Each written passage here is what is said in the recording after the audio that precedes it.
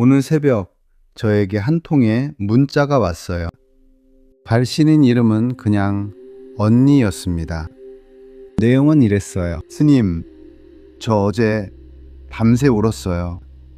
엄마 사무제도 끝나기 전에 오빠가 통장 얘기를 꺼냈어요. 평생 엄마 곁에서 뒷바라지 한 건 저인데 오빠는 법대로 하자고 하더라고요. 그 말이 칼보다 더 아팠어요.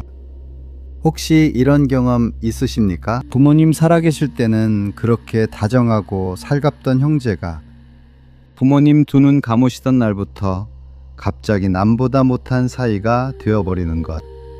아니면 이런 경험은요. 내가 먼저 연락하고 내가 먼저 챙기고 내가 먼저 양보했는데 어느 날 문득 보니까 상대방은 그걸 당연하게 여기고 있는 것. 심지어 슬슬 무시하기 시작하는 것. 그 억울함, 그 서러움, 그 허탈함. 오늘 이 자리에서 부처님 말씀으로 함께 풀어보겠습니다. 끝까지 함께 해주십시오. 제가 오래전에 절 아랫마을 5일장에 자주 내려간 적이 있어요. 거기서 두부장수 보살님을 알게 됐습니다. 그분이 어찌나 마음이 따뜻하신지 단골 손님이 오면 두부를 항상 조금씩 더 얹어줬어요. 처음엔 손님들이 얼마나 좋아했겠어요. 아이고, 여기 두부집은 인심이 최고야. 그런데 시간이 지나면서 어떻게 됐는지 아십니까? 그 덤으로 주던 두부가 없는 날 손님들이 오히려 섭섭해하기 시작했어요. 오늘은 왜 안 줘요? 심지어 어떤 손님은 대놓고 이렇게 말했대요. 요즘 인심이 예전 같지 않네. 보살님이 저한테 하소연하셨어요. 스님, 제가 뭘 잘못한 겁니까? 더 잘해주면 더 감사해야 하는 거 아닙니까? 저는 그때 이렇게 말씀드렸어요. 보살님, 그게 사람 마음의 본성이에요. 이게 바로 불교에서 말하는 습입니다. 어려운 말 아닙니다. 그냥 버릇이에요. 사람은 좋은 게 반복되면 그게 당연해집니다. 당연해지면 감사함이 사라져요. 감사함이 사라지면 오히려 기대가 생깁니다. 기대가 생기면 그 기대가 안 채워질 때 서운해하고 무시하게 됩니다. 이건 그 사람이 나쁜 사람이어서가 아닙니다. 인간의 마음이 원래 그렇게 작동한다는 겁니다. 부처님께서는 이미 2600년 전에 이걸 꿰뚫어 보셨어요. 집착이 있는 곳에 반드시 고통이 따른다.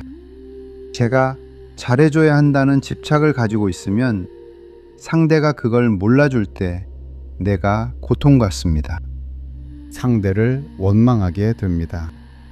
결국 내 마음이 병드는 거예요. 자, 그럼 어떻게 해야 할까요? 잘해주되 대가를 바라지 않는다. 이게 말처럼 쉽지 않다는 거 압니다. 그래서 부처님이 수행을 하라고 하신 겁니다. 도반님, 한 가지만 기억하세요. 내가 누군가에게 잘해줄 때 그건 내 마음이 시켜서 하는 것이어야 합니다. 상대방의 감사를 받으려고 하는 게 아니라 내 스스로 그렇게 하고 싶어서 하는 것. 그 차이 하나가 여러분의 마음을 얼마나 편하게 만드는지 모릅니다. 그리고 만약 그렇게 했는데도 상대가 무시한다면 그것은 그 사람의 업입니다. 내 업이 아닙니다. 내가 거둘 필요가 없어요. 이제 조금 더 깊은 이야기를 해보겠습니다. 많은 분들이 이 얘기에서 눈물을 흘리시더라고요. 저도 이 이야기를 꺼낼 때마다 가슴이 먹먹합니다. 왜 부모님이 돌아가시면 형제가 남보다 못한 사이가 될까요? 시장 이야기를 하나 더 해드릴게요. 제가 아는 어느 마을에 국밥집이 하나 있었습니다. 3남매가 있는 집이었어요. 그 집 어머니가 살아계실 때는 명절마다 3남매가 그 국밥집에 모였어요. 부엌에선 김치 썰고 전 부치는 냄새가 솔솔 나고 애들은 마당에서 뛰어놀고, 그런데 어머니가 돌아가셨어요. 국밥집을 누가 가지느냐를 두고 세 남매가 다퉜습니다. 장남은 내가 장남이다 하고, 막내딸은 내가 엄마 곁에서 10년을 모셨다 하고, 둘째는 내가 그동안 얼마나 돈을 갖다 바쳤는데 하고, 결국 법원까지 갔어요. 그 뒤로 삼남매는 서로 연락도 안 하고 삽니다. 어머니가 그토록 아끼던 국밥집은 지금 헐려서 주차장이 됐습니다. 이 이야기 남의 이야기 같습니까? 아닐 겁니다. 주변에 꼭 한두 집씩은 있는 이야기입니다. 왜 이런 일이 생기는 걸까요? 부처님 말씀으로 설명해 드릴게요. 부모님이 살아계실 때 형제 사이를 붙잡아주는 힘은 사실 부모님에 대한 사랑이 아니라 많은 경우 부모님이 만들어 놓은 울타리였습니다. 명절에 모이는 건 부모님 집이 있어서였고, 연락하는 건 부모님 안부가 매개였고, 우애를 유지하는 건 부모님 눈치가 있어서였어요. 부모님이 그 울타리를 거두어 가시는 순간 그 안에 있던 것들이 다 드러납니다. 쌓였던 서운함, 오래된 시기심, 묻어뒀던 욕심들, 이게 본물 터지듯 쏟아지는 거예요. 불교에서는 이걸 업식이라고 합니다. 평소에 숨어있던 마음의 찌꺼기들이 기회가 되면 올라온다는 뜻입니다. 그러니까 형제가 갑자기 나빠진 게 아닙니다. 원래 있던 것들이 이제야 보이는 것입니다. 그렇다면 어떻게 해야 할까요?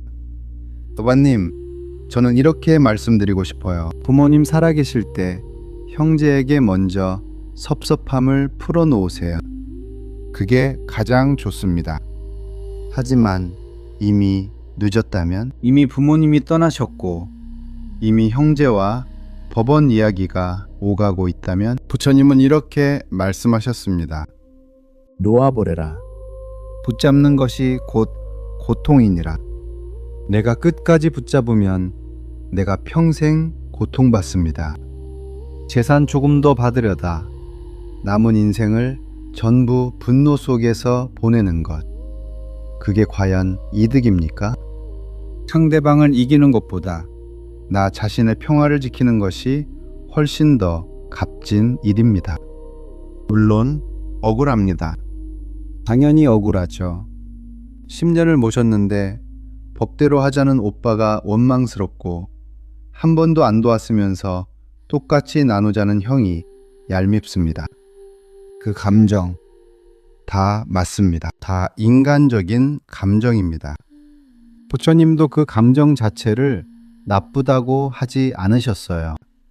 다만 이렇게 말씀하셨죠. 그 감정에 끌려가지는 마라. 감정을 느끼되 그 감정이 내 인생의 주인이 되게 하지는 말라는 겁니다. 이제 본격적으로 실천 이야기를 해드리겠습니다. 노후를 진정으로 풍요롭게 살기 위해 지금 당장 끊어야 할 것들입니다. 딱 4가지만 말씀드릴게요. 아주 쉽습니다. 첫 번째, 비교하는 마음을 끊으세요. 도바님, 시장에 가면 이런 분 꼭 있으시죠? 옆 가게 손님이 많으면 내 손님이 적은 것처럼 느껴지는 분, 남 잘 되는 게 배 아픈 분. 사실 다들 조금씩 그런 마음 있잖아요. 솔직히. 그런데 그 비교하는 마음이 여러분의 노후를 얼마나 갉아먹는지 아십니까? 아랫집 할머니는 자식이 외제차를 사줬대. 저 집은 손자가 의사래. 우리 애는 왜? 이런 비교가 시작되면 내가 가진 것들이 하나도 안 보입니다. 지금 내 방이 따뜻한 것, 밥이 맛있는 것, 몸이 건강한 것, 이 모든 게 다 흐릿해집니다. 부처님은 이렇게 말씀하셨어요.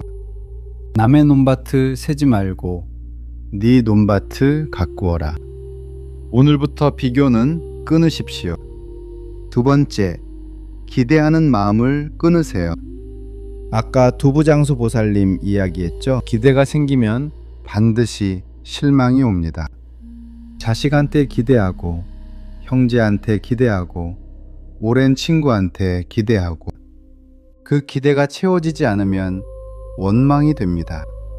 원망은 결국 나를 병들게 합니다. 도반님, 자식이 연락을 안 합니까? 그렇다면 이렇게 생각을 바꿔보세요. 내 자식이 저 나름대로 열심히 살고 있구나. 건강하면 됐다. 이렇게 생각이 바뀌는 순간 전화 한 통이 와도 그렇게 반가울 수가 없어요. 기대를 낮추면 감동이 커집니다. 이게 역설이에요. 이게 부처님의 지혜입니다. 세 번째, 지나간 것에 대한 미련을 끊으세요. 시장에서 장사를 오래 하신 분들 보면 딱 두 부류가 있어요. 한 부류는 매일 이런 말을 해요. 예전엔 이 자리가 얼마나 잘 됐는지 알아요? 옛날 생각하면 지금이 너무 초라해. 또 한 부류는 이렇게 말해요. 이 나이에 아직 건강하게 장사할 수 있다는 게 얼마나 감사한지. 어느 분이 더 행복해 보이겠습니까? 도바님, 과거는 바꿀 수 없습니다. 지나간 청춘, 지나간 기회, 지나간 사랑, 지나간 건강, 그것을 붙잡고 눈물 흘리는 시간에 지금 이 순간을 사십시오. 부처님은 말씀하셨습니다. 과거는 이미 죽었고 미래는 아직 오지 않았다. 살아있는 건 오직 지금 이 순간뿐이다. 네 번째, 나쁜 인연을 붙잡는 습관을 끊으세요. 이게 제일 어렵습니다. 인연을 끊는다는 게 냉정하고 무정한 것처럼 느껴지거든요. 그런데 생각해 보십시오. 만날 때마다 기운이 빠지는 사람, 만날 때마다 남 험담만 하는 사람, 만날 때마다 내 것을 요구하기만 하는 사람, 이런 인연을 억지로 붙잡는 게 과연 자비입니까? 아닙니다. 나를 갉아먹는 인연을 놓아주는 것, 그게 나를 위한 자비이고 상대를 위한 자비입니다. 억지로 이어진 인연은 결국 서로를 다치게 합니다. 시장말로 하면 팔리지도 않는 물건을 가게에 쌓아두면 자리만 차지하잖아요. 그 자리에 잘 팔리는 물건을 놓아야 장사가 되는 것처럼 내 삶에도 나를 살리는 인연을 위해 공간을 만들어야 합니다. 인연을 끊는 건 미워서가 아닙니다. 이제 우리 각자의 길을 가자는 따뜻한 작별입니다. 마지막으로 걱정 이야기를 해드리겠습니다. 저한테 상담 오시는 분들 중에 이런 분이 참 많아요. 스님, 걱정이 너무 많아서 밤에 잠을 못 자겠어요. 무슨 걱정이냐고 여쭤보면 열의 여덟은 이런 걱정들이에요.